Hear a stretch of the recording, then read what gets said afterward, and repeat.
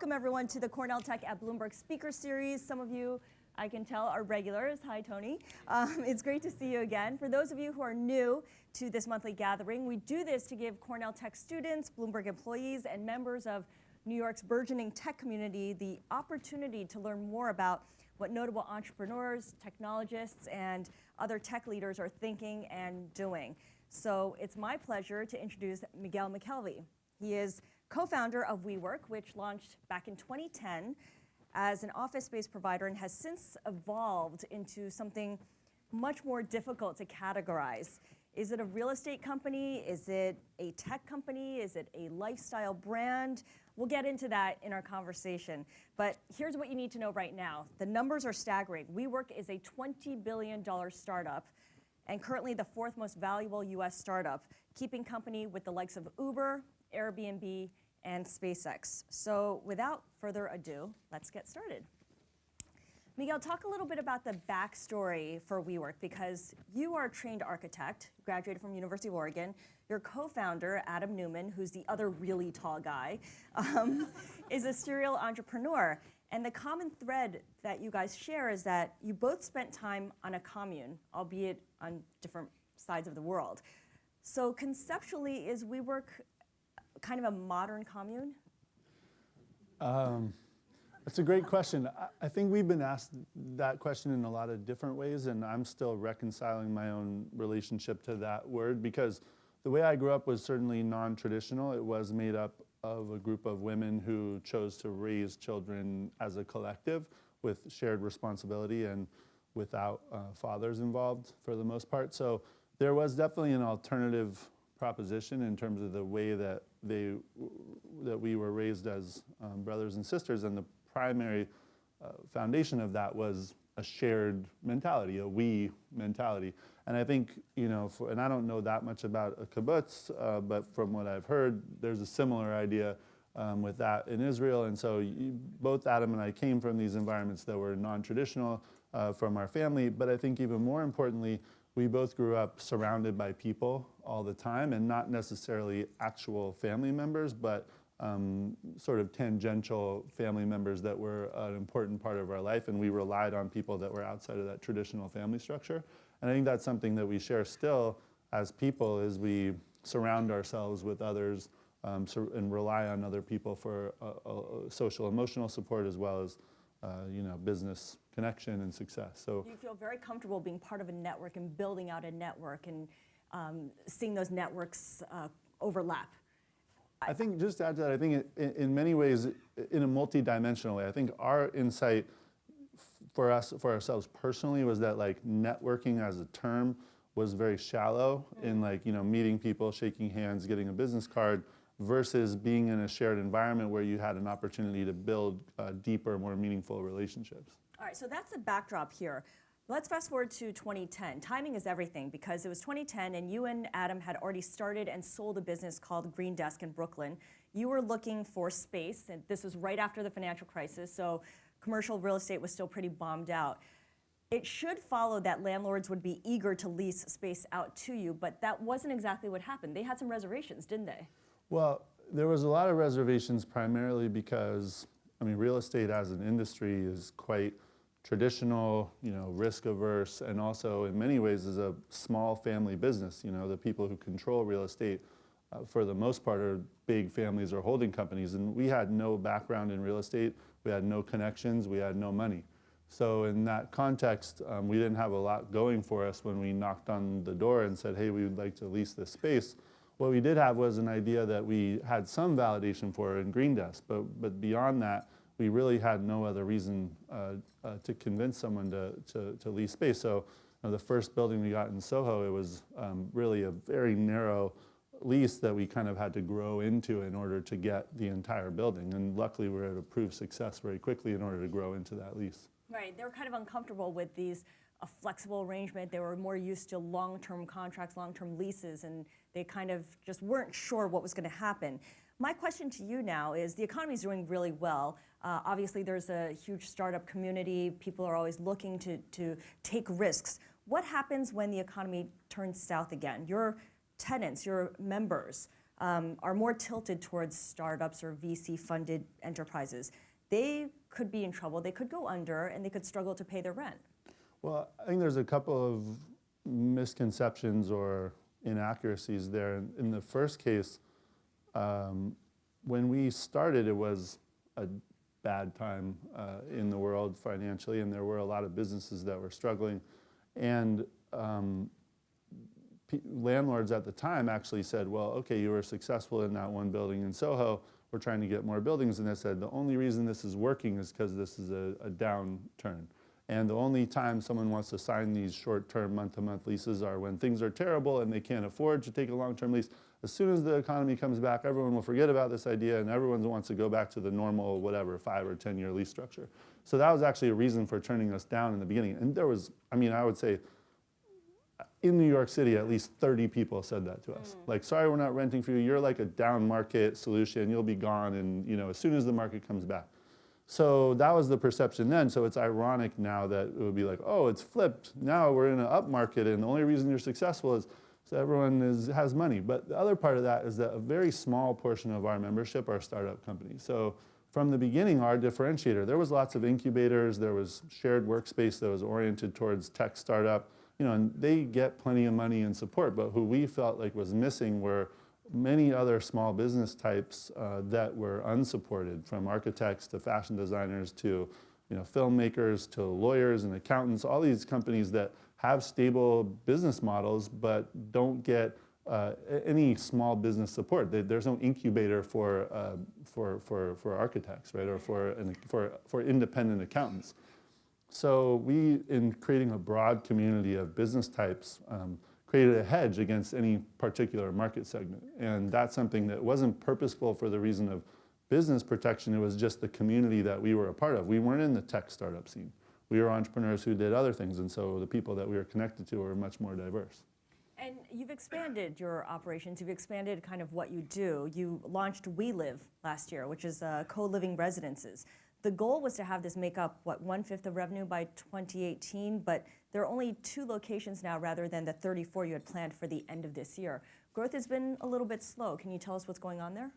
Yeah, so, well, first of all, I think it's important to understand that our intent with our business from the beginning was to do multiple we-based businesses, for lack of a better term. So when we made the first proposal for a building after Green Desk, it was a multi-use building that included WeLive, WeWork, a hotel concept, a restaurant concept, a barber shop, a fitness concept, a philanthropy concept. So we're looking forward to a barber shop soon as well. We'll see. But and it also included, there was an education idea there too. So the premise from the beginning was that this was a multi-dimensional support system for people who thought differently in the world. So if you were a person who was interested in others, who felt like being surrounded by others, being open to them was important and meaningful, and that you had a greater chance of success in a community like that, that was something that could support all businesses or all business types. So that premise has existed from the beginning. The starting WeLive was, in the first round, was experimental, and the first buildings that we did were considered, whatever you want to call it, alpha, beta test. And what we learned from that is really important in order to further develop the product. And I think both of the buildings have worked really well in that regard. But honestly, what's been harder is that WeWork is an incredibly efficient business model in the fact that you can lease space of pretty much any size or shape. You can quickly execute on the build out, and you can operate very efficiently. WeLive, to do it right, is mostly ground up construction. I mean, conversions, which we did, are okay, but to do it really well, to create the environments that we think are the best, we'd prefer to do ground up. Now, that doesn't mean we're not exploring a lot of other options, but the cycle for doing ground up development with partners is much longer. And so there are many projects that are in process, but you just don't hear about them yet. Okay, well, speaking of projects that are in process, you're at a really pivotal, exciting time. We were trying to just get a handle on the news flow out of WeWork over the last 2 months, and it's kind of nonstop. You bought the Flatiron School, which is a coding boot camp. You bought as part of a joint venture, the Lord & Taylor building in New York City on 5th Avenue by 38th Street to serve as your headquarters. You struck partnerships with companies like Samsung, Airbnb, Cheddar, the Aspen Institute. You've announced plans to launch a private elementary school. Was this all in that original proposal? To some degree. I mean, certainly these things have been evolving internally for a while. In some cases, in other cases, we're still a startup who changes and jumps on new ideas very quickly and executes on them. So I think there's a mix of strategy and opportunism in everything we do, and the timing of certain things happens. I mean, it's not like we weren't out in the market searching for a building like the Lord & Taylor building, thinking that's what we have to get to. So we didn't like the notoriety that came with it wasn't planned. And to be honest, it was a surprise to us because we didn't know that many people cared about that.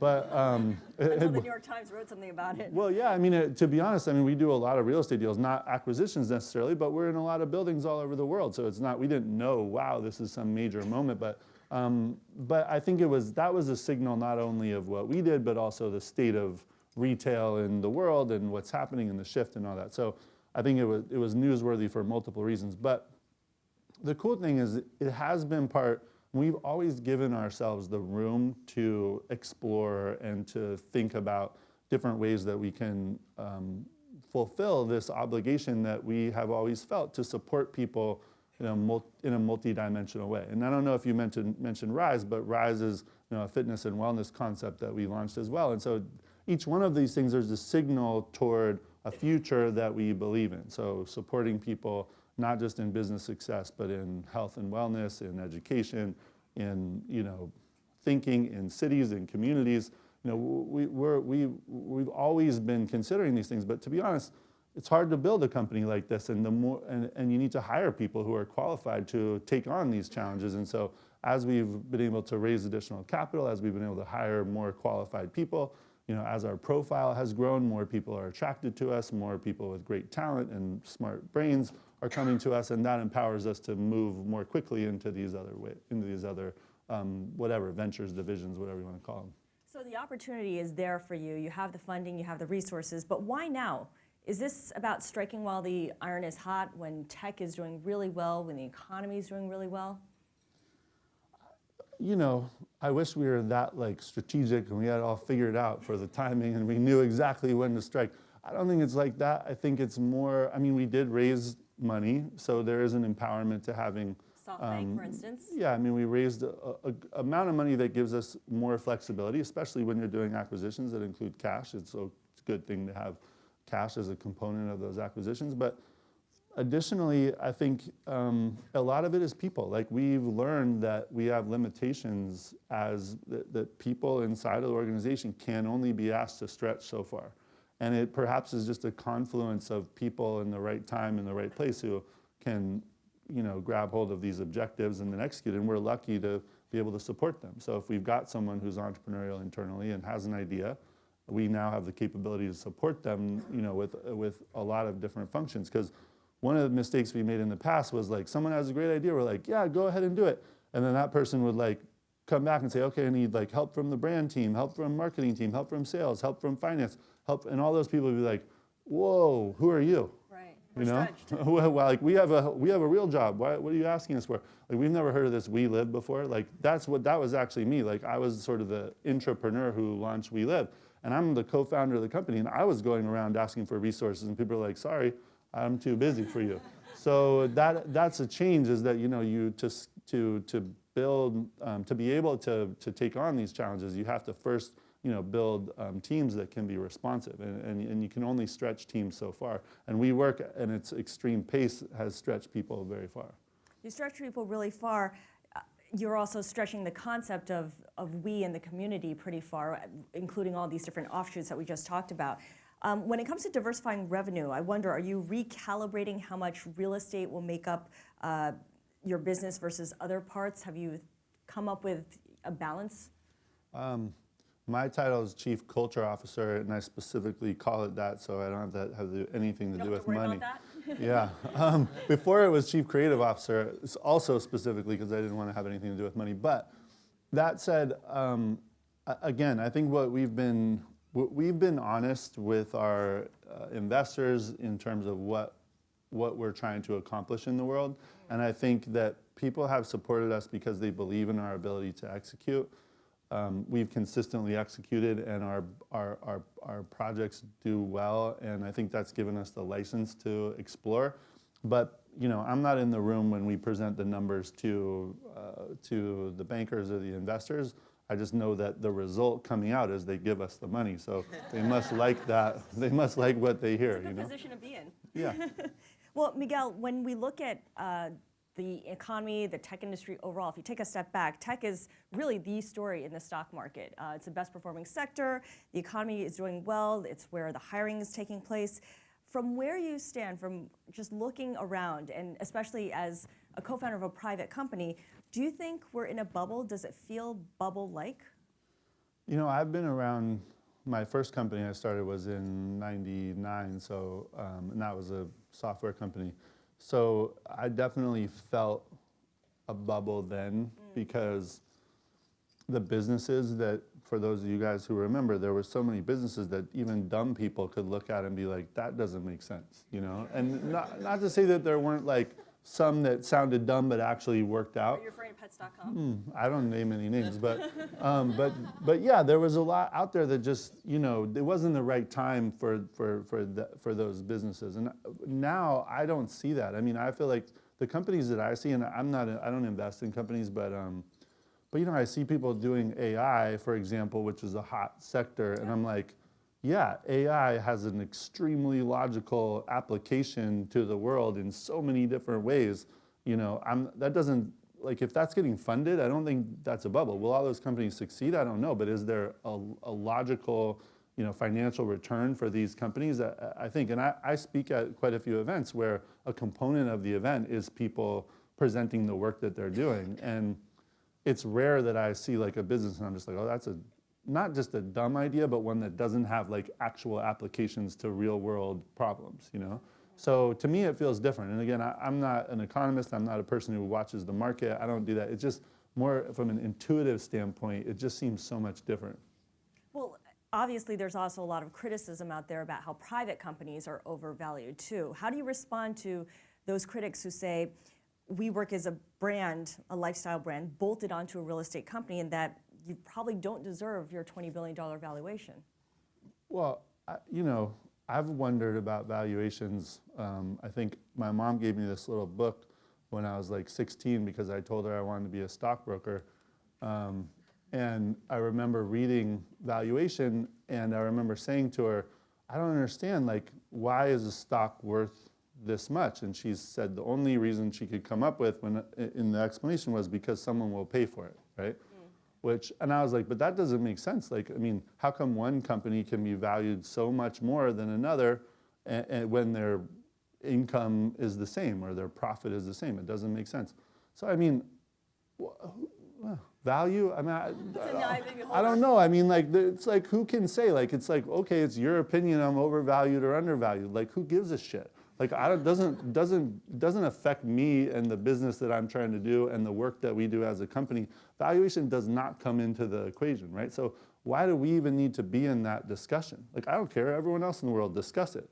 But we have, like, thousands of people who come to work every day to do something that they believe in. They're trying to have a positive impact on the world. They believe that the structure that we're creating is allowing them to do that. Who cares about anything else? Like, as long as they can be in that position and we're creating the context for them to feel good about the work that they do, that's all anyone can aspire to in the case of a company. Now, will that work realize the financial return that will be validated in the future? I hope so. Well, you care also because that valuation means that people like Masayoshi-san of Softbank feel comfortable putting money into a company like WeWork, allowing you to pursue all these different offshoots. Let's talk a little bit about that Softbank investment. You announced it in August, $4.4 billion into WeWork. That's quite a chunk of change. What does this funding from Softbank, from Masayoshi-san, allow WeWork to do that you couldn't do before? Well, the first thing that's important to know about that investment is it's diversified. So part of it is going into WeWork for, say, the majority of the world. Another part's going into Japan. Another part's going into, there's another vehicle for China, and then there's Southeast Asia. And And so that division, if you look at it for Japan, for example, entering a market that's well-funded with good partners, Softbank is obviously a great partner in Japan because of their connections, as well as they have a whole portfolio of companies they invest in who are we can work with. So if you think about it from not just a money perspective, but a connections perspective, we're empowered in a lot of ways to move much more quickly than we could otherwise. And not only that, I think who we are in the world is changing, right? Like, I think there are some people who still would use the word co-working to describe our company, right? Which is a very shallow description of what we do. But when we go into a new market like Japan, we're thinking of ourselves as new, inspirational. Philosophy? I don't even know philosophy. It's hard to, let's just say that work culture in Japan is messed up, right? I think that a lot of people would agree with that. And we're looking at it as entering a market to help shift that reality. And whether that means that all of the people who currently go to an office building in Japan will be in a WeWork in the future, which is totally possible. But if that doesn't happen, that we still will have influenced, work culture in Japan in a positive way that makes all companies there rethink the way that they're treating their team members. So the aspiration is different. It's a higher level aspiration. It's not just about numbers or the number of members that we'll have there. It's more what's the broader impact we're going to have. And in a multidimensional way, because what we can offer is so much more. Our portfolio of support systems are more broad, and we get the chance to deploy them all at some point because we have more funding. Whereas if you were just starting like one building at a time, it would take much longer. Also, Masayoshi-san's name stamped to your company gives you a certain buy-in from the investment community, from Silicon Valley at large too. I mean, there's access with him, isn't there? I think someone out here earlier suggested otherwise. I think that he gives us a great. The connection to him is, one, really important because it's a validation, and that's awesome. But two, we share values and we see the future in the same way, and the investments that they're making at Softbank, I think, are aligned with things that we believe in, and we see a shared future together. But at the same time, we still have to perform, right? It's like no one's going to believe in us if we don't deliver on what we say we're going to do. Having someone else's validation only goes so far. Yeah. You were telling me he's like Adam in terms of thinking big, but more. Yeah, well, for anyone who knows Adam, he's not shy about talking about our future and about what we're going to accomplish. And that's a really fun environment to work in, for him to be constantly pushing us. But what I said about Masa was that he takes whatever Adam says and multiplies it. Depending on, one day it might be 2, other times it might be 10. So if you already have a person who's visionary, and then you have someone else who's saying go even further, I think that feels, of course, scary, but also super exciting. And I think that's where we are now, is a place where we get to aspire so big, and that's awesome. That's incredible. So let's aspire big and think broadly. We talked earlier about how some people might describe WeWork as a co-sharing, co-working environment. It's been described as an office rental landlord. Clearly, that's not the full story. You've become something else entirely. Are you a lifestyle company? Let's try to figure this out. I think at its base, we're a community company. When we look at what's the thing that stitches this all together, it's building communities in different contexts and supporting communities in different contexts. And when you look at what's the differentiator between being a part of WeWork and some other solution that could be similar but is not, it's how much effort, time effort, training, emphasis, all the things that we encourage our team members to do are around building community and helping people feel more connected to each other. And I think that's what we talk about all the time. Like, if you think about when we stand in front of our team and talk about the things that we care about, that's what we discuss, you know? And so to me, that feels like what we are. Whether it really needs to be defined or not, I think, again, doesn't really matter. It's like we're doing what we do. Other people can define it in the terms that they want. But what I will say is that it is hard to like go home for Thanksgiving and try to explain what WeWork is, and I've struggled with that from the beginning. And every year it's different too because you're growing so rapidly. Yeah, and the growing and also the that evolution and that change. I mean, just as a simple premise, it's like the WeWork is so obvious because it's like it actually says what we do. Yeah. But then it gets confusing for all these other things. So it's like if we had a more abstract name, it might actually make it easier sometimes because it wouldn't be so specific. Were there any other names that were under contention that you thought about? So many names. No, I actually don't remember because the challenge is, and this is something, I just said we're a community company, but like if you go look at the brand names and the imagery that are about community when you Google image search, it's so like kind of hippy dippy and like people holding hands and like it didn't reflect like a big thing for me was not claiming community before you actually had it.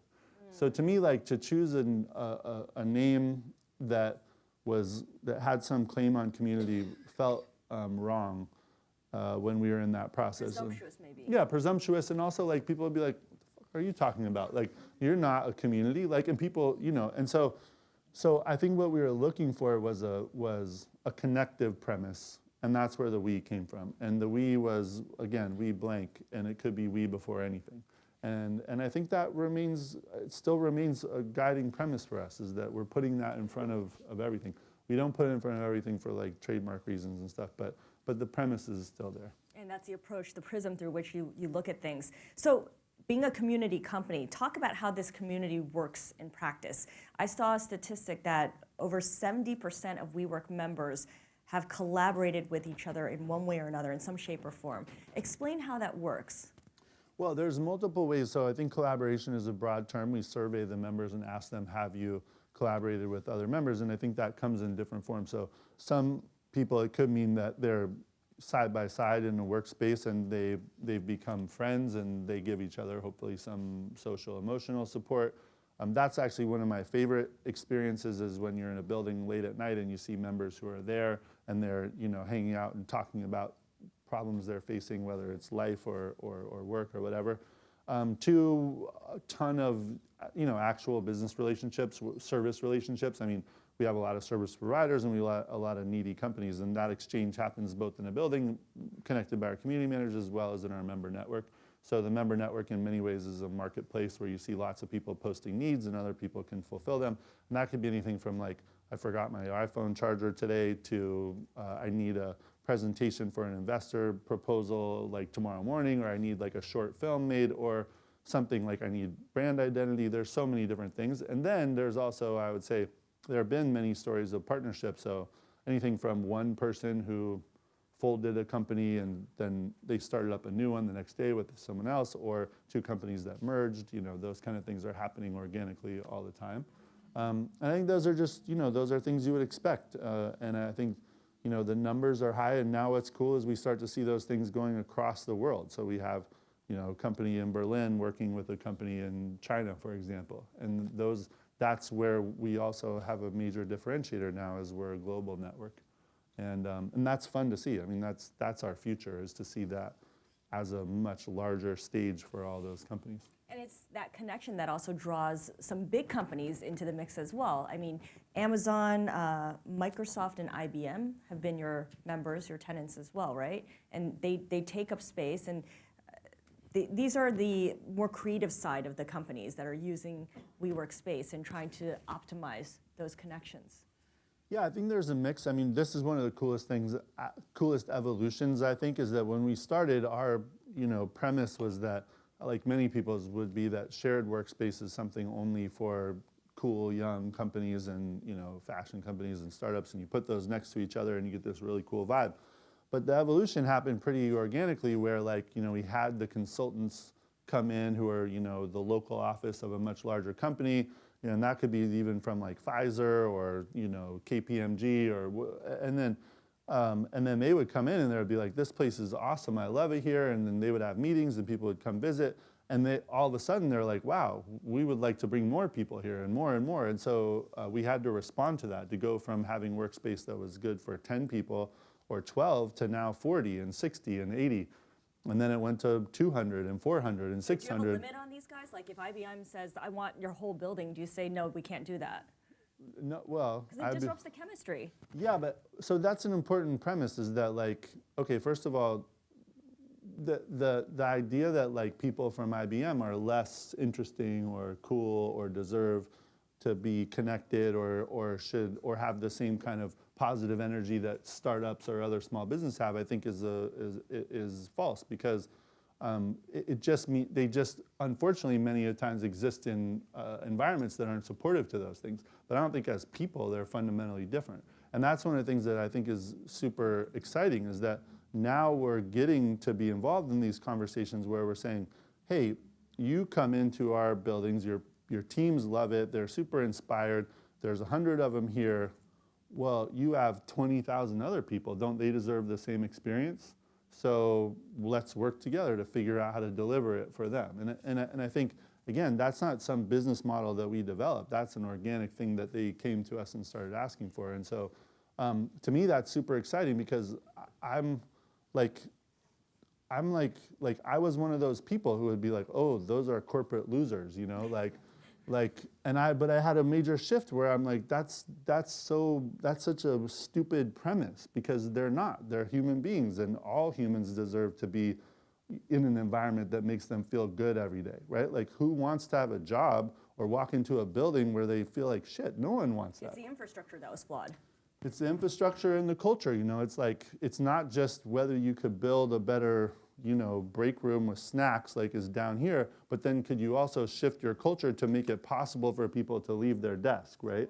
And then could you also realize as managers, as leaders in a company, that these days you could be working on your phone anywhere in this building, right? You don't have to be at your desk to look like you're working. And if you start to respond to the way people actually want to work, and that it's okay to be like socializing because cool ideas could come out of like a interesting conversation that starts about your Halloween costume, like if you believe in that, then you empower so many awesome things. And I think so it's multiple shifts.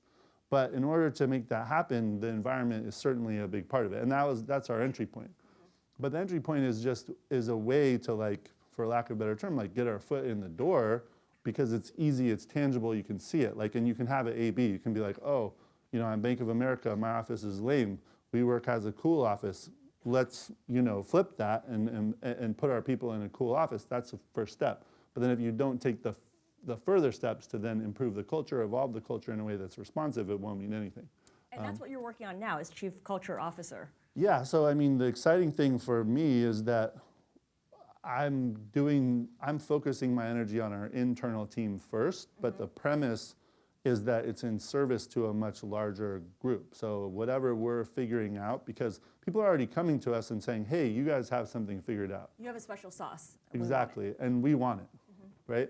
But we don't currently have a way we can deliver the space and we can deliver our community management team, and there's a certain power in that, which is awesome.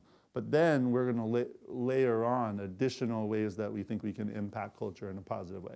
And that's, so it's both a matter of developing it for our team and making sure that our team are the happiest, most engaged, most excited, most, energized employees that we can possibly have, but then taking those learnings and applying them to, these other companies. And I think that's amazing. I mean, the discussions that we're in are with companies that have hundreds of thousands of employees. So as an opportunity to make a positive impact on humans, that's such a multiplier that we didn't, previously even consider. And this kind of came up organically, like you said. Totally organically. And I mean, we've had some cases where this distinction is so clear, like we've been in a building where you can set your watch by the time, like let's say we're in half the building and then some other traditional old school companies in the other half. So you can set your watch by the time that the turnstiles are buzzing with them running out of the building at like 5 p.m., right? And it's like depressing that they hate their job so much. They're like, like, we got to get out of here, like, so fast. I can't take it anymore. I got to run out. And then, like, our team members are all in our building. It's like, oh yeah, some people meander in and out through all hours of the day. But like, so you see this distinction, and then you actually go to their office space, and you can see why. You know, it's like, whoa, this place sucks. Like, the door opens, and you're like, ooh, I hope I'd never have to go in there. Right? And then you open our floor and it's like, wow, people are hanging out. It's cool. They're happy. They have a smile on their face. They're talking. So it's not like so complicated to see this difference, but it is hard to execute. You know, it's not like a company can just like, oh, let's evolve our culture. No problem. Flip it overnight. It doesn't work that way. But if they come to us, we can make it happen fast. All right, one final question before we open it up to the audience, which I know is eager to ask their questions.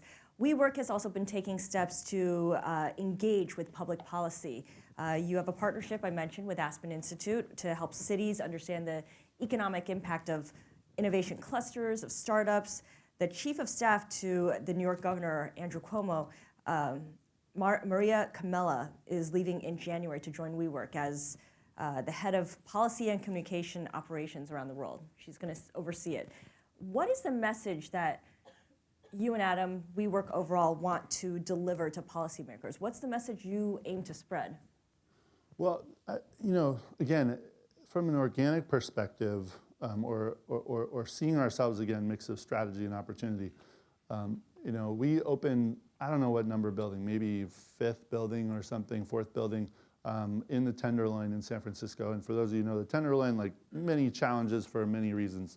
And this building, Golden Gate Theater building, I mean, they're literally like highest level of crime at this intersection next to the building, like prostitution, you know, drugs, literally like stabbings, highest, all these numbers. And but we're outsiders who are dumb, and we had a great deal on the building, and it was a beautiful building, and we're like, we can probably make a difference here.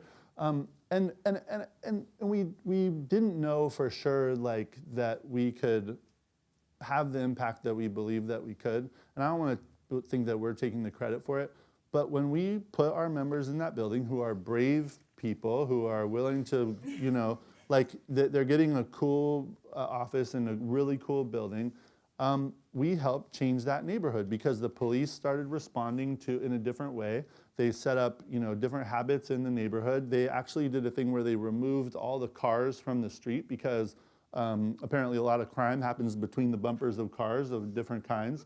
You know, it's like we played a role. Our community and what they wanted played a role in changing that portion of the neighborhood. And so it's sharing what you've learned. So when we saw that, we're like, hey, we actually mean something more than just the inside of the building. You know, we actually can have an impact that goes beyond that. And I think that's what we think, that our communities of people are special people in a city, and that they actually mean something more because they're more aware, they're more engaged, they're more interested in local business. They don't just leave the neighborhood right after the work is done. They tend to hang out. You know, they're riding their bikes a lot, you know, this kind of thing. And I think that has given us the feeling that let's try to really figure out what's happening here, and what are the implications, and what can we do to maximize those effects. And I think we've been in great relationship with mayors and with other entities, but let's work harder to figure that out. All right, let's open things up to the floor. Questions for Miguel, young lady with the glasses. We're going to bring over a microphone to you. Hi, Miguel. Thank you. I'm Roxy. Thank you for being here. I enjoy your conversation with Scarlet very much.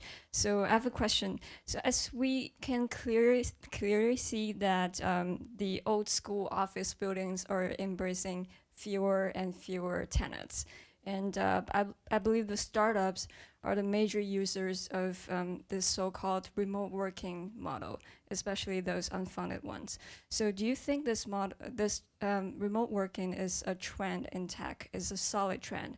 And if so, what do you think WeWork would do to adapt to this trend, or say pioneer this trend? Thank you. Thank you. I may wait, keep the microphone, because I don't know exactly. When you say remote working, what does that mean? So people don't work in the office. Oh, like they're working home. Somewhere else? Yeah, from home. Oh, I don't know. I mean, I haven't read that article. So Peter Thiel says that he's less interested in driverless cars.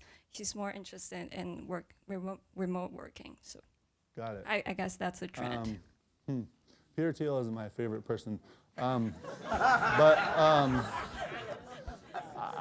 don't, here's the thing, like, I think there's so many different evolving things that are gonna happen with cities, and I'm super interested in the evolution of both. I do believe that there are gonna be major changes for, especially with driverless cars and how they impact people who live further outside of cities. But I mean, the trend, I think the trend overall will remain urban. It just, I think urban centers are going to be where it's at for a while. But I don't know. I don't know that answer. But what I do know is that if that results in people feeling more disconnected because they're in some suburb on their own, that's a sad, sad story. Because we've already lost our places of gathering and connection, in so many other ways. If we lose the office, the workplace as another place where people actually see each other in real life and everyone stays in their driverless car circling the city, that's going to be pretty lame. That's a pretty grim view. Yeah. I think community wins. I think people want to be around each other. And so I think that's a model that will continue to prevail. All right. Yeah, please do keep this. Thank you. This young lady in the second row, if we could pass the microphone to her. Thank you. Hello, Miguel. I'm Danielle. So I have a question with regards to, you talk about an area where the communities meet, and specifically for women who work. The biggest challenge is childcare. Are you considering building childcare centers as part of your WeWork offering, just like you're talking about, spas and health, etc. So especially in Japan, where they are trying to encourage women to work, and other countries as well, where emancipation of women in the workplace. So what are your thoughts about offering childcare centers in your buildings? It's a great question. We've been asked that question a lot of times in different contexts, and there are a few reasons why it's a challenge. We are exploring, if you haven't heard, adding more school functions to what we do, and that school will be broad at some time, and we have Flatiron School, and we're also working on elementary school.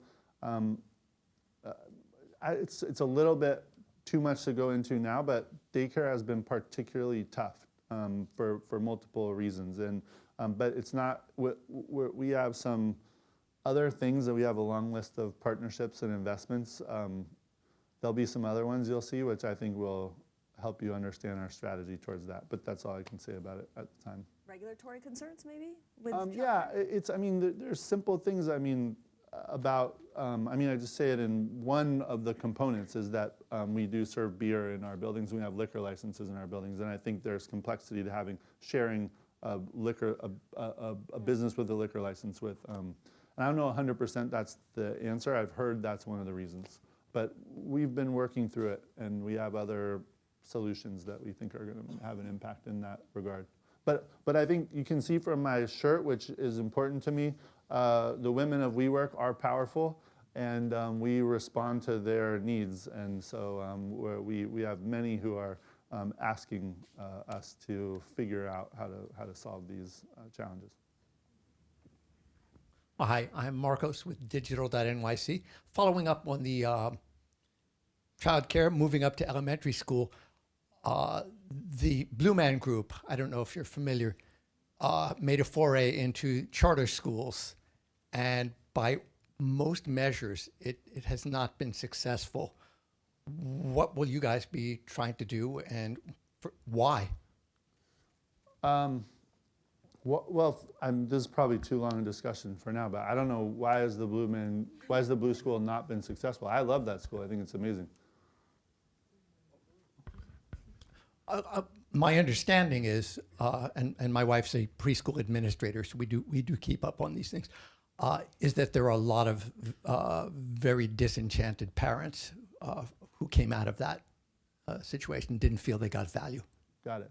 Well, it wasn't the right school for my son, but I really wanted to attend the Blue School. I did tour it twice and went through the whole process, and I thought it was amazing. So I'm not exactly sure. I have heard that there were parents who expected standardized tests and certain teaching to tests and stuff like that were upset, but I don't know more of that story. But I think what we're looking at is, you know, a real shift in the previous values of education.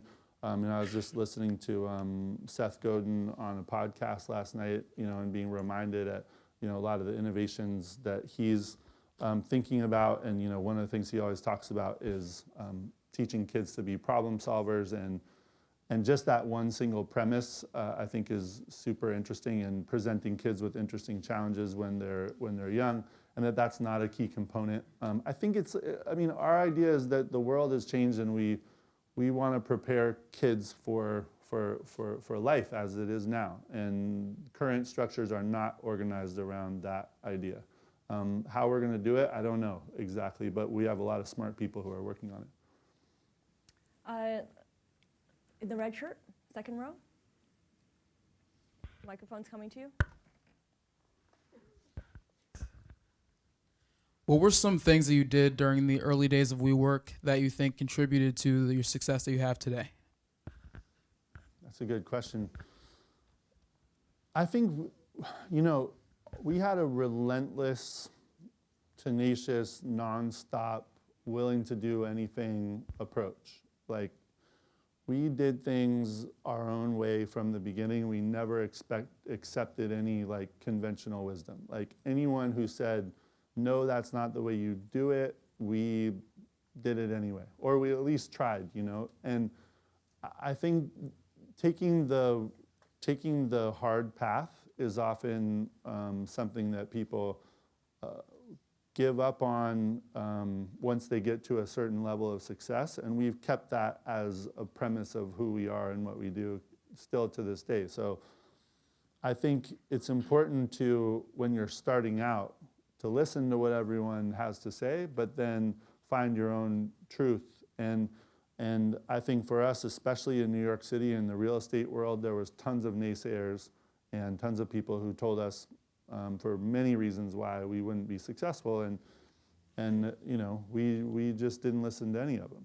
And so, but that said, we also worked crazy hard, and we delivered on. We never said we would do something in the early days and didn't deliver on it. So we're in a real complicated business, right? We have physical space that we have to build, and we commit to members that their business is going to be supported by this space when they move in. And that's going to be on the first of the month, because the typical, you know, lease cycle is going to end at the end of a month. And so people are going to move in no matter what. So if that means staying up all night for, you know, 7 days in a row to paint the walls and, you know, like install the light fixtures, we did it. And I think we just continued to push ourselves to deliver no matter what. And we had team members who lived in the buildings literally to reach those goals in the old days. So that's what it took. We don't still live in the buildings, but but it still takes hard work. All right, gentleman in the front here in the white shirt. I'm a master's student at Cornell Tech, and I hear a lot of students, as we're looking into jobs, we say big company, small company, and a lot of the time a common thread is culture. So do you think companies need a chief culture officer as they scale? What are your thoughts on practices and maintaining culture as a company grows?